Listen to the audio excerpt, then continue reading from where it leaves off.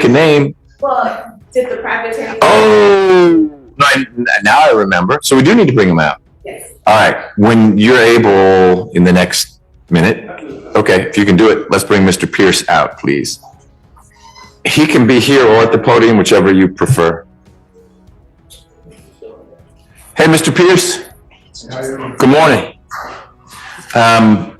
When we last spoke, which was in mid-December, you were telling me that there was a lawyer you were planning on hiring, or your family was, someone, you were going to retain a lawyer. So, all right, we need to be moving your case forward, but I'm going to give you about a month. Now it's been actually almost a month and a half. I need an update from you, because if I look here on in the system, still no entry of appearance, which says to me you have not hired someone. And so we need to have that conversation about, are you representing yourself? Am I appointing a lawyer to represent you, or what? I have some things that I got wrote down that I like address. Well, we're going to start with my question, which is, are you hiring a lawyer, or should I? I'm American State National. I'm a representative myself. I can't be represented by attorney. I'm American State National. Okay. So you think you want to represent yourself? I don't have to, because I'm not under the jurisdiction of the government. You can let me, I got the stuff that wrote down, which is all, this is tied in together. You let me sit my paper down and read it out to you. So I'm going to let you do that. We're going to do that today. We're just not going to do it right now. I needed to get your update so I could figure out what else we were going to do today. And I'm hearing you say you're not hiring an attorney, but you also don't want an appointed one because, and you'll tell me later, you're an American national. I don't mean to use your words. You're going to tell me why you think you should represent yourself. You have a right to represent yourself, but I have to have a conversation about that. And I'll certainly want you right there where I tell you all the reasons why it's a bad idea to represent yourself. But in the end, it's your call. It's not mine. I won't say no. If you say, no, Judge, I get it. I know that I won't have someone helping me on the outside. I won't have someone who knows all about the law this way and that way. That's okay. It's a decision for you to make. But we're going to have that conversation on the record. And during that conversation, if there are things you want to tell me about the fringe on the flag and whether you're under the jurisdiction of whatnot, I'm happy to listen to that, and we'll go forward. But we're going to do that a little later this morning, okay? All right. Thank you, Deputy, for bringing Mr. Pierce out. We'll get him back out. Hey, Mr. Pierce, I gave you some bad info. I am running into a whole lot of cases that we need to resolve, like people are going to plead guilty. So you and I are still going to have that conversation about you representing yourself and your rights and jurisdiction. Promise you that. We might not fit it in today. And so I didn't want you to be surprised if these gentlemen take you back downstairs. It's not because I'm ignoring you in any way. I will get you back here soon so we can have that very same conversation. You can have all your papers with you. You'll get to be front and center, and we'll talk about all that, okay? Is there a way I can give you a copy of my American State National standing right quick? If it's a copy you don't need anymore, you can leave it with the deputy and he'll get it to me, okay? I got a copy for the DA, the court clerk, and you. Fantastic. If you leave that with me, I'll make sure it gets to all those people. Okay. All right. I also filed my executive letter. I got it certified mail. And I also filed a pro se ex parte with prohibition. All right, that wraps up the first hearing. Nothing too dramatic happens here, aside from the familiar belief that labeling oneself an American state national somehow places a person beyond the reach of the legal system. As the case moves forward, the next hearing takes a more serious turn, with the judge carefully explaining the real risks and responsibilities that come with choosing self-representation. Despite those clear warnings, the defendant sticks to his usual routine, confidently presenting his arguments as if they carry legal weight. He even arrives prepared with his so-called fee schedule, setting the stage for another round of courtroom theatrics in the hearings ahead. Good afternoon, Mr. Pierce. Good afternoon. How are you? Fine. Good. I'm hanging in there. It's been a long day, but I'm sure it's been a long day for you as well. Whoop. Let's get your stuff all situated. Y'all sit down, man. Y'all sit down.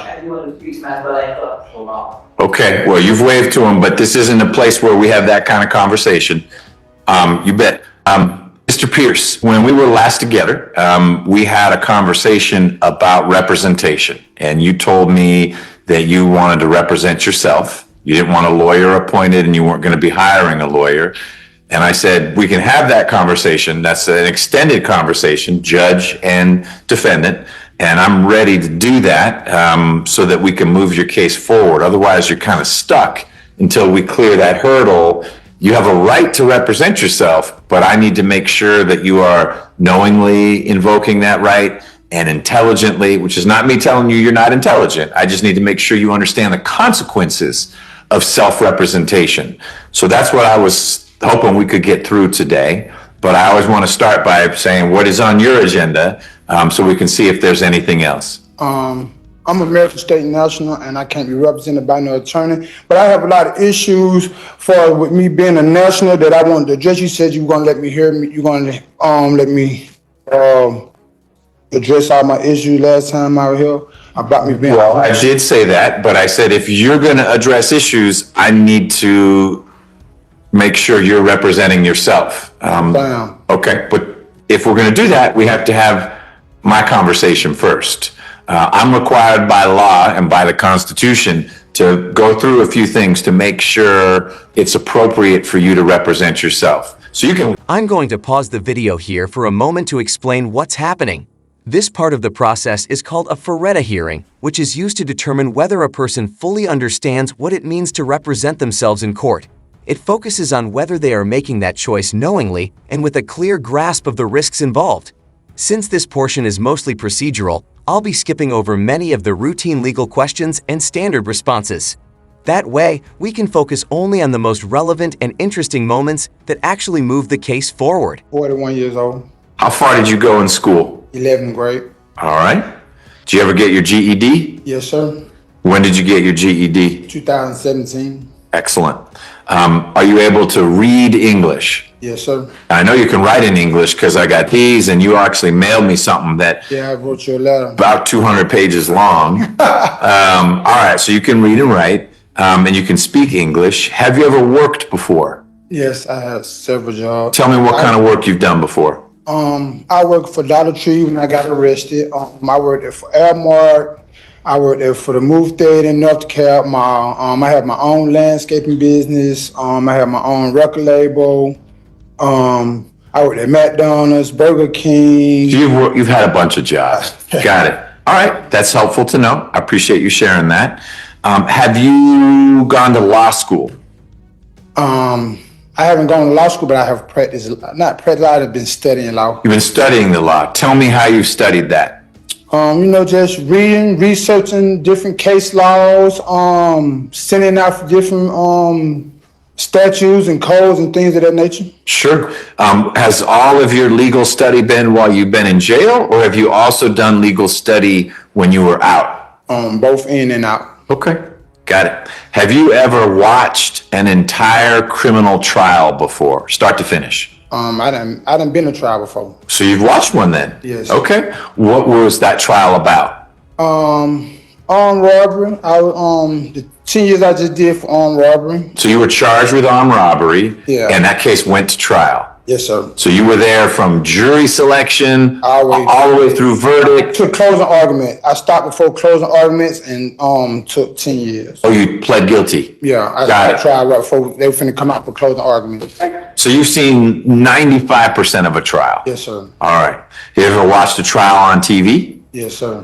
What kind of trial? What that movie is so called? Law and Order. Okay, you've seen that kind of stuff. So you've seen the made for TV stuff. Right. But you've been in a real one. You were a participant in a real trial. Yes, sir. How long ago was that trial? 2016. Where? Here. Fulton County. Yes, sir. Who was your lawyer?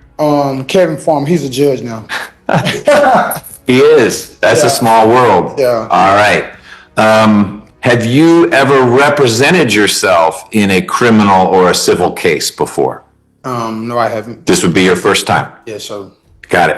Have you ever gone to a doctor or a counselor to get treatment for any mental health issue? No, sir. Depression or bipolar or anything? No, sir. Okay. Tell me why you think you would do a better job representing yourself than a trained lawyer who went to law school and has done trials before would do? Because by me being a Mr. National, a lawyer only subject me to the jurisdiction. So hold on 1 second.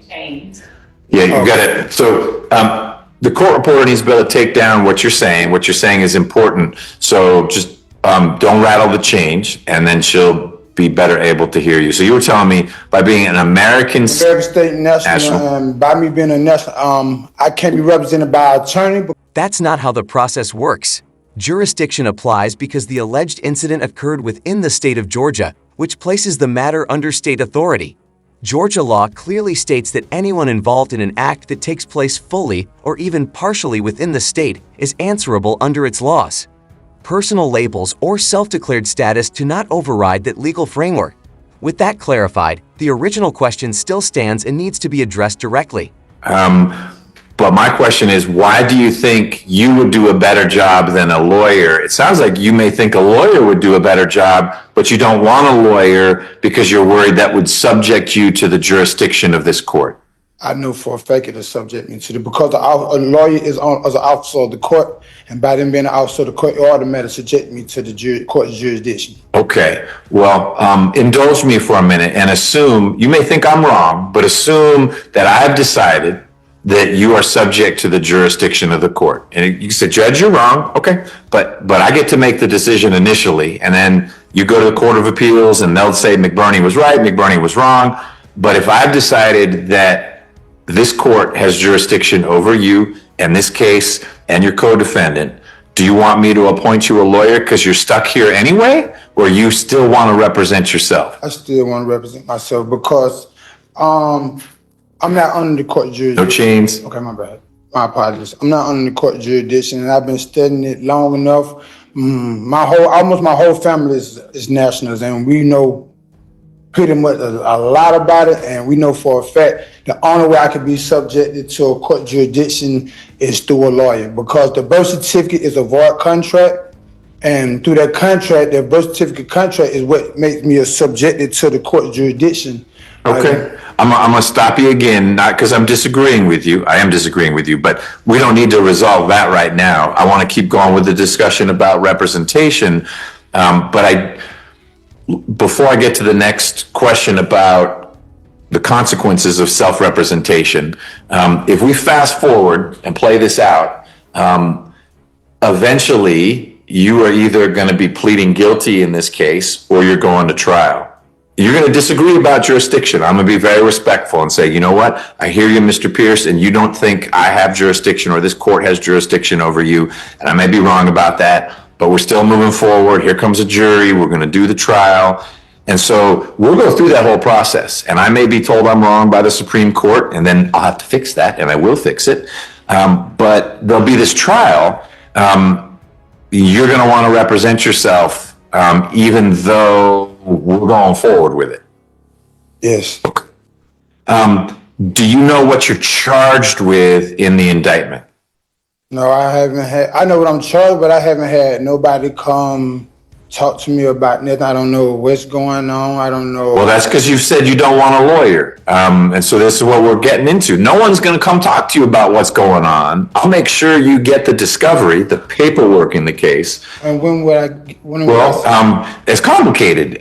We can get you the paper stuff pretty soon. Okay. But if I'm making this up, I don't know what's in the case. But if there's video, let's say there's surveillance video, I can't give you that at the jail. It's on a disc. What are you going to do with the disc at the jail? You can't watch that. You don't have a way to watch that. And, I would be signing a private investigator too, right? By me representing myself? In my view, choosing self-representation here is a serious mistake. The stakes are extremely high, and the consequences could affect the rest of one's life. Proper legal defense requires training, experience, and a solid understanding of complex procedures and rules. Despite that, the defendant seems eager to place a lengthy statement on the record, one he has clearly been waiting to deliver. At this point, the court invites him to briefly explain what he believes is most important to state for the record. Say, you know what? I will take a lawyer because that lawyer will have an investigator, and that investigator... But can I hire my own private investigator? With your money. If you got money for it, you can hire anyone you want. But I won't be providing you money to go hire an investigator because you're saying I'm handling it myself. I got this. Mr. Pierce has it. which means your family would be, they could be helping you, or an investigator or something like that. Or there may be some way, and I can't teach you how to do it, where you could petition to get funds for an investigator, but that's not for today. One of the consequences of representing yourself is there isn't someone who comes and sits down with you and say, let's look at this discovery. Man, the way the police handled that looks like that's a problem to me. I've been a lawyer for 20 years. I've never seen a police officer do that. That's something a lawyer could tell you after he or she reviewed all the discovery. And you won't get, you're not a dummy. You could look at it and say, hey, this looks suspect, but you'd be making that decision without a lawyer helping you think about it if you represent yourself. Do you understand that? Yes, sir. Okay. But you seem concerned that someone hasn't already come to the jail to talk to you about what's in the indictment. I'm not concerned. I was just, Okay. wasn't informed on it. I Right. know I was supposed to get a discovery package at least, or Well, not yet. report an indictment or something. You will get it if in the end you convince me that I should let you represent yourself, then you will get all that stuff. But no one should have given you anything yet because we're on hold. Is he going to have a lawyer? Then we give the discovery to the lawyer who works with you on that. Or is he representing himself? Then we give the discovery to Mr. Pierce. And right now you're saying, I want to represent myself. And if we get through this conversation, then you'll start getting discovery. Let me tell you what you're charged with in the indictment.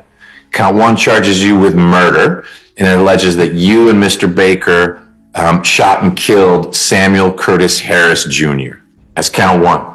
Counts 2, 3, 4, 5, and 6 and 7 and 8 are all what we call felony murder, which is you and Mr. Baker caused the death of Mr. Harris by being involved in a different crime: attempted robbery, armed robbery, aggravated assault, being a convicted felon, and having a firearm. Although that's just Brandon Baker. Brandon Baker apparently was a convicted felon at the time of this murder, and the murder was in February of last year. Oh, you are too. There you are. So you had a felony conviction as well. You and Mr. Baker are charged with attempted robbery, and the allegation is, and again, these are just allegations. It's not proof of anything, but it's letting you know what you're charged with and what you'll need to defend against. Okay. But the attempted robbery allegation is that in February of 2024, you and Mr. Baker approached Samuel Curtis Harris Jr. on foot on Mitchell Street, right near here, with the intent to take his property. Count 10 charges you and Mr. Baker with armed robbery, saying, in fact, by using a gun, you took his property. In fact, what you took from him was a firearm. Count 11 charges you both with aggravated assault for shooting Mr. Harris. 12 is possessing a gun in connection with these crimes that I talked about. Same with 13. 14 is just Mr. Baker. 15 is you. And it says that on that date you had a firearm, but you were a convicted felon because back in 2010 you got convicted of something in Clayton County. And also you got convicted of something here in Fulton County in 2016. I guess that's your robbery you were talking about. Yeah.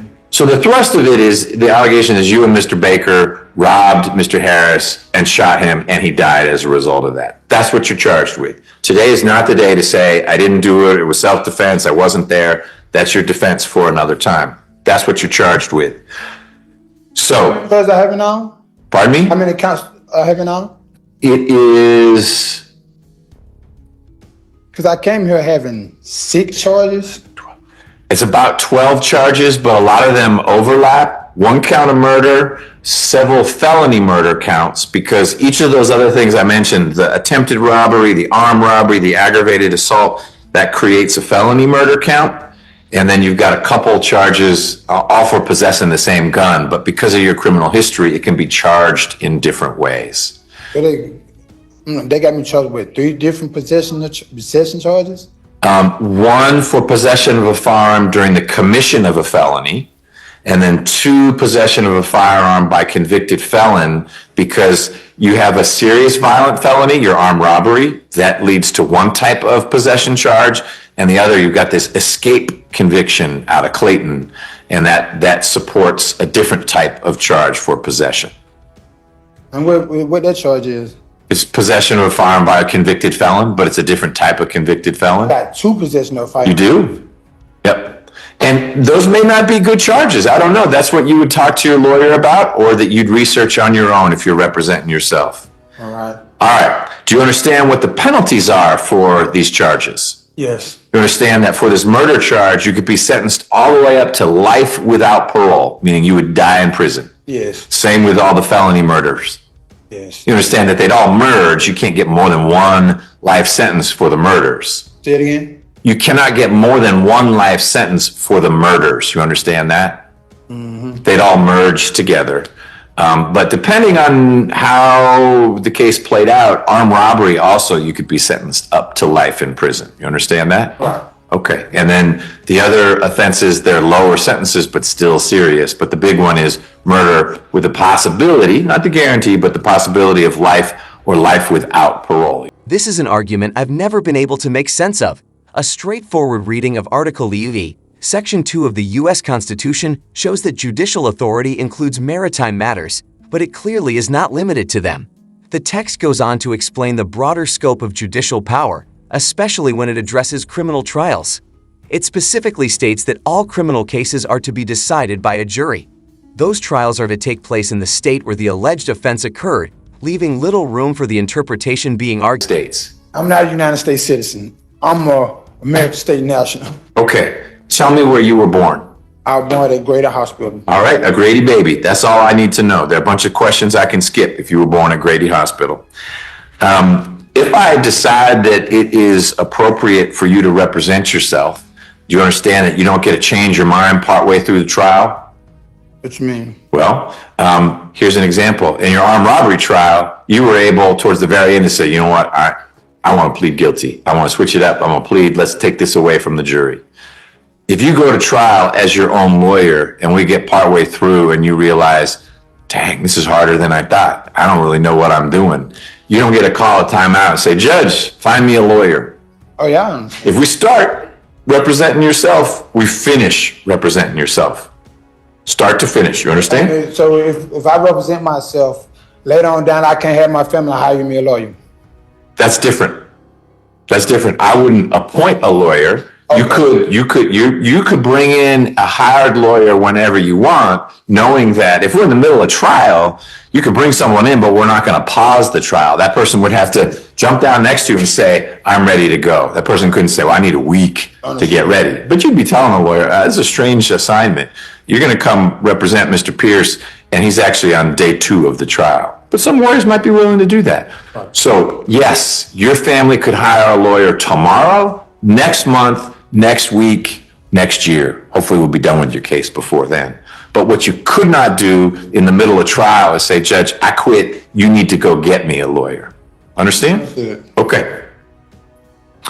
Do you understand that in almost every instance, self-representation, you being your own lawyer, is a bad idea? Claims like this suggest that failing to act will somehow trigger extreme outcomes, even involving outside intervention. But that idea has no grounding in reality. Believing that a political figure or any outside force will step in to override a lawful court process only distracts from the seriousness of the situation. The legal system moves forward based on evidence, procedure, and applicable law, not speculation or hope. At some point, reality has to take precedence over imagined outcomes. Accepting the situation as it truly stands is the only way to move forward in a meaningful and rational way. Your Honor, let the record reflect that I'm an American state national, which is a private American. I'm here on a special appearance to administer the affairs of the All Caps Trust. I am the living man, Ricky DeMond Pierce, and not the All Caps Legal Fishing Corporation or dead entity. I stand on the land and soil jurisdiction, and that's the highest jurisdiction on the man.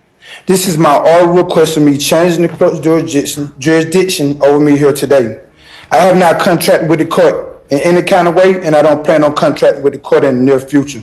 I have been forced to come here against my will and God-given rights under threats enforced by your government officials, which is kidnapping. Your courts have no jurisdiction over me, and I stand on the land and soil jurisdiction and have proof of it when I came to court on January the 30th, 2025. Your courts, plus in Louisville versus Motley, If any tribunal finds absent of proof of jurisdiction over a person and subject matter, the case must be dismissed. Your court's jurisdiction is the jurisdiction of the sea, which is an admiralty and maritime laws, which is also a military tribunal, and these courts are known as a ship of war, a privateer, or a battleship. I am under public law, which is common law, which is also the law of the land, natural law, God's law. I have God-given rights that can't be violated, and the courts are under admiralty and maritime laws, which is a foreign law to sea jurisdiction. Here we go again.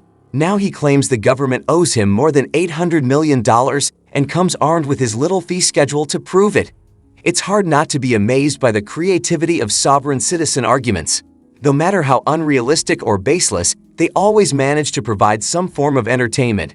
Watching him insist on this claim just adds another chapter to the ongoing saga of courtroom absurdities. Legal fictions, corporations, and dead entities, because our cities are considered dead entities, which is another reason why you have to dismiss this case, because the living cannot be judged by the dead.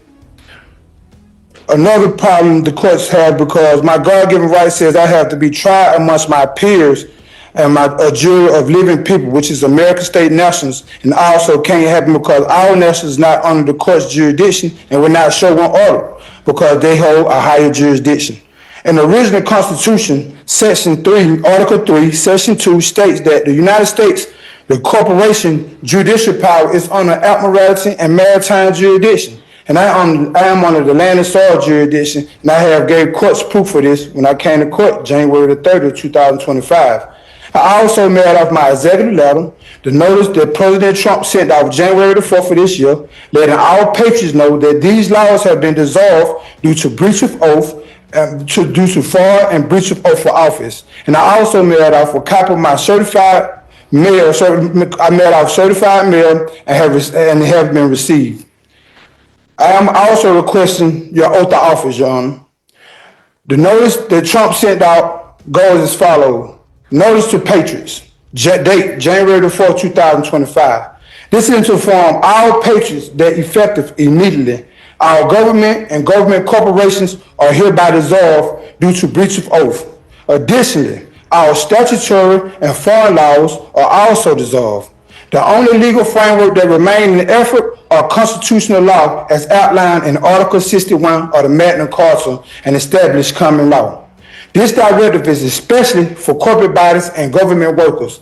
Any government corporate body, including police, judges, lawyers, and any individuals operating in these capacities must cease operation immediately. Those who continue to operate after this notice will be liable for prosecution for fraud and breach of oath. It is imperative that all government workers comply with this directive. Failure to adhere may result in serious consequences. I really appreciate the judge's effort to keep things moving efficiently, but of course, for this sovereign citizen's so-called get-out-of-jail-free plan to have any effect, he insists on reading his lengthy declaration into the record. It's as if he believes the words themselves hold some magical power to change reality. Meanwhile, the courtroom just waits, watching him proceed with all the seriousness he can muster. It's a fascinating mix of confidence and delusion. And in the end, it only highlights how far from reality these arguments truly are. From without the United States of America, the de facto government, and without the United States of America, the corporation territories, I reject, renounce, and remove all powers of attorney granted to me or issued under my name prior to this day. My birth certificate was the only contract that subjected me to these laws, but the birth certificate contract is void because I was only a minor and had no knowledge of this contract when it was constructed, which makes this contract void, which means the court lacks subject matter jurisdiction over me. I am no longer an employee of the government, which is the corporation government. I declare on the penalty of perjury on the public law of the capital T, United States of America, the Dajir government, that I reject, renounce, and remove any and all alliance to any king or prince, any foreign state, any foreign government or flag. I declare on the penalty of perjury on the public law of the United States of America, the Dajir government, that I have never knowingly, wittingly, or voluntarily pleaded myself to any incorporated entity at all, but including but not limited to any incorporated church, synagogue, mascot, or temple. I declare on the penalty of perjury on the public law of the United States of America, the de jure government, that I have never knowingly, wittingly, or voluntarily pleaded myself of any foreign state, foreign sovereign, or separated myself from my birthright political status as American state national. I declare, publish, and affirm on the penalty of perjury on the public law of the United States of America that I am a lawful inheritor, acting with full rights and authority, responsibility, and honor now and always while my tenure on earth shall last. I, the living man, Ricky DeMond Pierce, affirm and declare that I have returned to my lawful birthright political status as a Georgian, and I have copyrighted and trademarked the all caps name, which is a trust and not the living me. I have occupied my executive office and never gave the courts any permission to use the all caps name, which is fraud. I have over 40 violations that the courts have committed upon me and my God-given rights as American state national. And I have counted over $800 million in violations over the time that I have been incarcerated at Fulton County Jail, these 150 plus days, and it's only adding up as I've explained this before, but it's worth clarifying again. When people talk about the bar in legal contexts, it doesn't refer to any British registry or foreign authority. The term actually comes from the physical barrier in the courtroom that separates the public from the area where lawyers and judges operate. To represent someone in court, an individual must first pass the bar exam, which grants them the legal authority and privilege to practice law. Without that credential, they have no official standing to litigate on another person's behalf.